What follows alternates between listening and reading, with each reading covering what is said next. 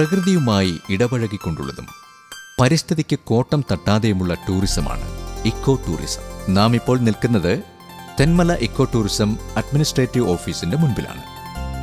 കൊല്ലം ജില്ലയുടെ കിഴക്ക് ഭാഗത്തായി തേനിന്റെ മലയായ തെന്മലയിൽ ഇത് സ്ഥിതി ചെയ്യുന്നു. 4 വശങ്ങളിലുമുള്ള മലകളാലും നിബിഡ വനത്താലും ചുറ്റപ്പെട്ട സ്ഥലമാണ് തെന്മല. ഇന്ത്യയിലെ ആദ്യത്തെ ആസൂത്രിത ഇക്കോ ടൂറിസം കേന്ദ്രമാണ് Thenmala eco tourism. Thenmala dam ജംഗ്ഷനിൽ നിന്നും 100 മീറ്റർ പടിഞ്ഞാറ് ഭാഗത്തായി അഡ്മിനിസ്ട്രേഷൻ ഓഫീസ് സ്ഥിതി ചെയ്യുന്നു.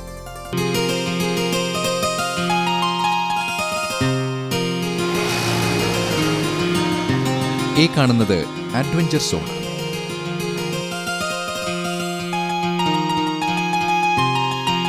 ഇവിടെ അഡ്വഞ്ചർ ആക്ടിവിറ്റിക്ക് ആവശ്യമായ ഉപകരണങ്ങളുടെ ചിത്രങ്ങളും കട്ടൗട്ടുകളും പ്രദർശിപ്പിച്ചിരിക്കുന്നു.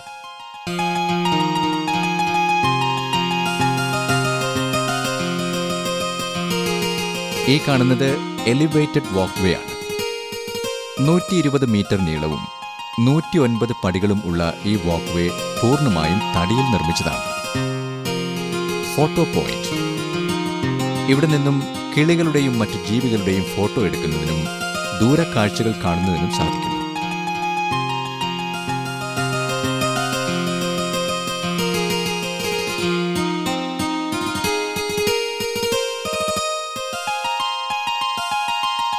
ഈ വാക്ക്വേയിലൂടെ നടക്കുമ്പോൾ പലതരം കാഴ്ചകളും നമുക്ക് കാണാൻ കഴിയും.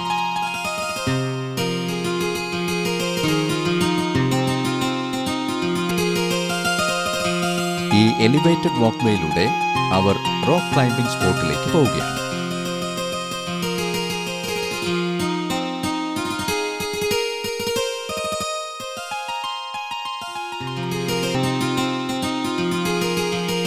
വാക്ക്വേയിലൂടെ മുകളിലേക്ക് പോകുന്തോറും പലതരം കാഴ്ചകൾ നമുക്ക് കാണാൻ സാധിക്കും. എലിവേറ്റഡ് വാക്ക്വേയുടെ അവസാനമാണിത്. നമ്മൾ പഴയ തിരുവനന്തപുരം തെങ്കാശി റോഡിലെത്തി. നാം ഇപ്പോൾ നിൽക്കുന്നത് റോക്ക് ക്ലൈംബിംഗ് ഏരിയയിലാണ്. ഈ കാണുന്നത് റോക്ക് ക്ലൈംബിങ്ങിന് ഉപയോഗിക്കുന്ന റെസ്ക്യൂ കാരബൈനർ എന്ന ടൂളാണ്.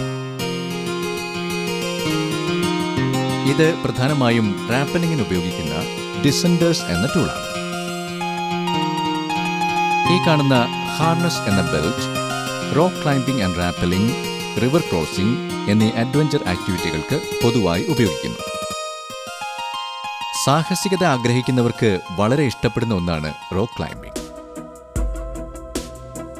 ഇത് അപകടകരമാണെന്ന് തോന്നാമെങ്കിലും ലോക നിലവാരത്തിലുള്ള ഉപകരണങ്ങളും ട്രെയിൻ പ്രൊഫഷണൽസിന്റെ ഹെൽപ്പും നമുക്കിത് ഒരു വിനോദമാക്കി മാറ്റുന്നു.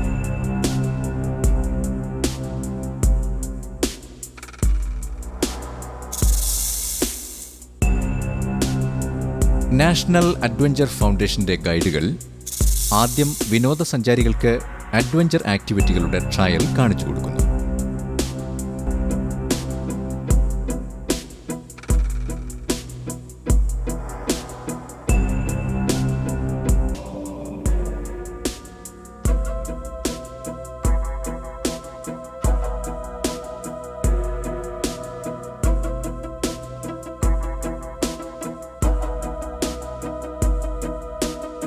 ഏകദേശം 100 മീറ്ററോളം ഉയരത്തിലും കുത്തനെയുമുള്ള ഈ പാറയിലൂടെയുള്ള സാഹസികമായ കയറ്റം വളരെയധികം ത്രില്ലുള്ള ഒന്നാണ്.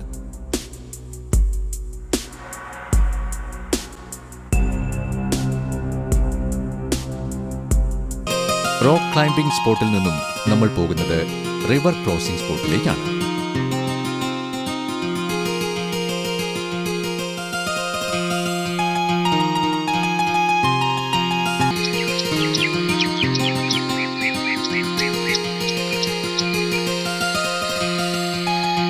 കാട്ടുവള്ളികൾ നിറഞ്ഞതും കുളിർമയുള്ളതുമായ ഈ കാട്ടുപാതയിലൂടെയുള്ള യാത്ര ഏതൊരു വിനോദസഞ്ചാരിയുടെയും മനസ്സിനെയും ശരീരത്തെയും റിഫ്രഷ് ആക്കി മാറ്റും എന്നത് തീർച്ചയാണ്.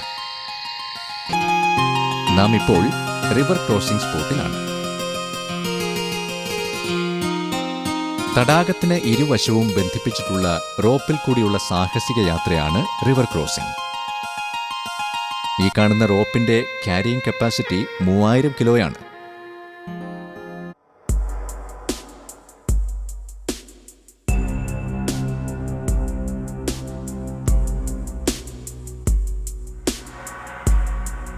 നാഷണൽ അഡ്വഞ്ചർ ഫൗണ്ടേഷന്റെ ഗൈഡ് റിവർ ക്രോസിംഗ് ട്രയൽ കാണിച്ചു കൊടുക്കുന്നു.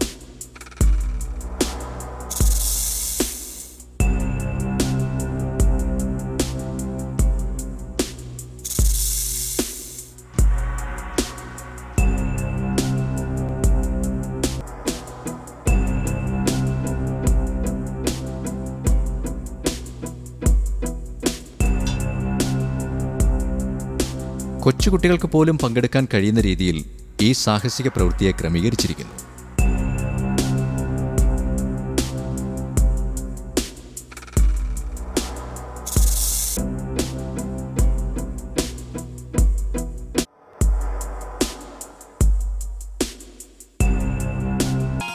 ഈ കാണുന്നത് റൈനോ റോക്കാണ്.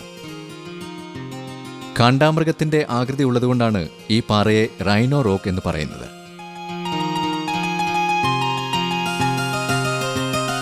വിനോദസഞ്ചാരികൾക്ക് റൈനോ റോക്കിന് മുകളിലിരുന്ന് അഡ്വഞ്ചർ ആക്ടിവിറ്റികൾ കാണുകയും അല്പം വിശ്രമിക്കുകയും ചെയ്യാം. ഇതുപോലുള്ള സൈക്കിളുകൾ ഇവിടെ മൗണ്ടൻ ബൈക്കിങ്ങിനായി ഉപയോഗിക്കുന്നു. കാട്ടുപാതയിലൂടെയുള്ള സാഹസിക യാത്രയാണ് മൗണ്ടൻ ബൈക്ക്. യുവാക്കൾക്ക് വളരെയധികം ത്രില്ലുള്ള ഒരു അഡ്വഞ്ചർ ആക്ടിവിറ്റിയാണിത്.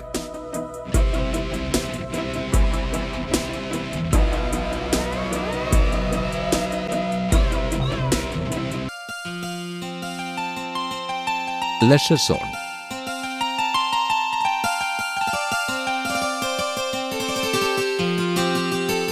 നാം ഇപ്പോൾ കാണുന്നത് ലെഷർ സോണാണ്.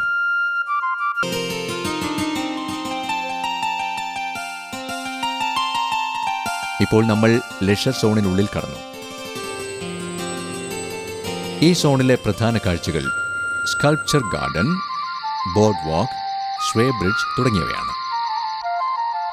കല്ലുകൾ പാകി മനോഹരമാക്കിയ ഈ പാതയിലൂടെ അല്പനേരം സഞ്ചരിച്ചാൽ ശില്പോദ്യാനത്തിലെത്താം.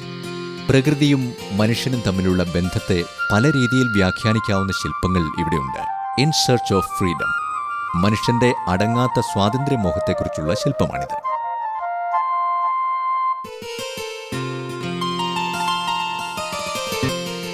വിക്രമാദിത്യനും വേതാളവും.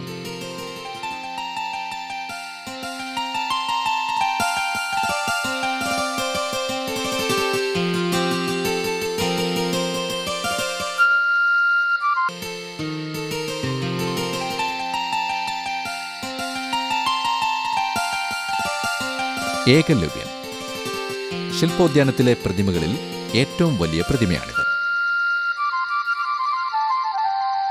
മോഹിനിയാട്ടം.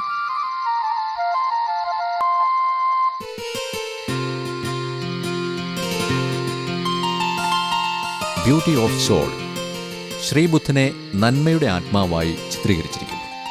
ഈ വഴി ചെന്നെത്തുന്നത് കുടിലിലേക്കാണ്.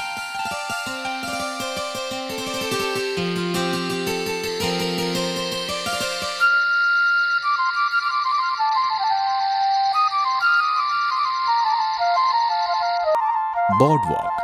ബോർഡ് വാക്കിനെ കുറിച്ച് വിവരിക്കുന്ന ബോർഡാണിത്.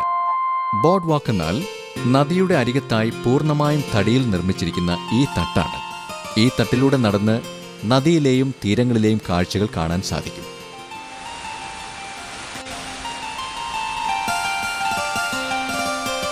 ഇത്രയും കാഴ്ചകൾ കണ്ടു നടന്നതിൻ്റെ ക്ഷീണമുണ്ടെങ്കിൽ ബോർഡ് വാക്കിനരികിലുള്ള ഈ ഗാർഡനിൽ അല്പം വിശ്രമിക്കുകയും ആവാം.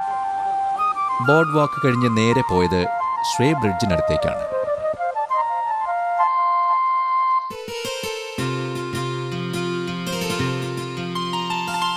കാണുന്ന രീതിയിലുള്ള ഒരു തൂക്കുപാലമാണിത്.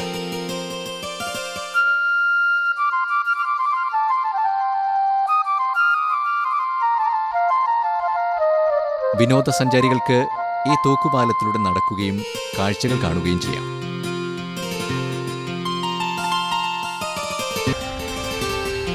ഈ കാണുന്നത് ബോട്ടിംഗ് സ്പോട്ടിലേക്കുള്ള വഴിയാണ്. തടാകക്കരയിൽ എത്തിക്കഴിഞ്ഞു. ഈ കാണുന്നത് ശെന്തുരുണി വന്യജീവി സംരക്ഷണ മേഖലയാണ്.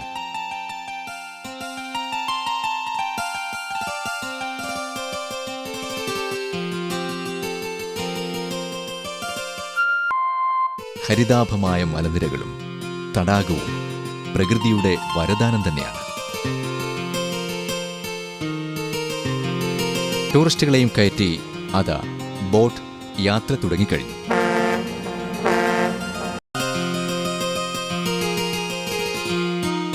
ബോട്ട് യാത്ര വളരെ മനോഹരമായ ഒരു അനുഭവമാണ്.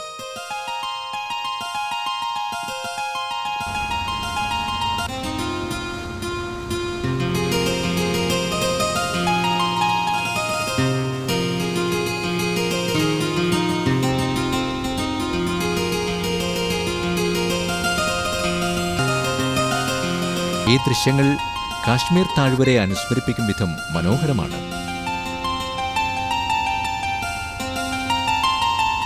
മേഘങ്ങൾ മലനിരകളെ തലോടിക്കൊണ്ട് കടന്നുപോകുന്ന മനോഹരമായ കാഴ്ച.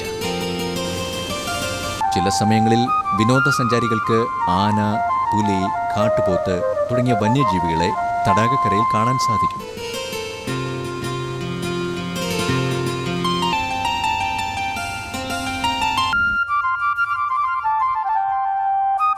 നാം ഇപ്പോൾ മടക്കയാത്രയിലാണ്. മലകളും ഓളങ്ങളും അകന്നു പോയിക്കൊണ്ടിരിക്കുന്നു.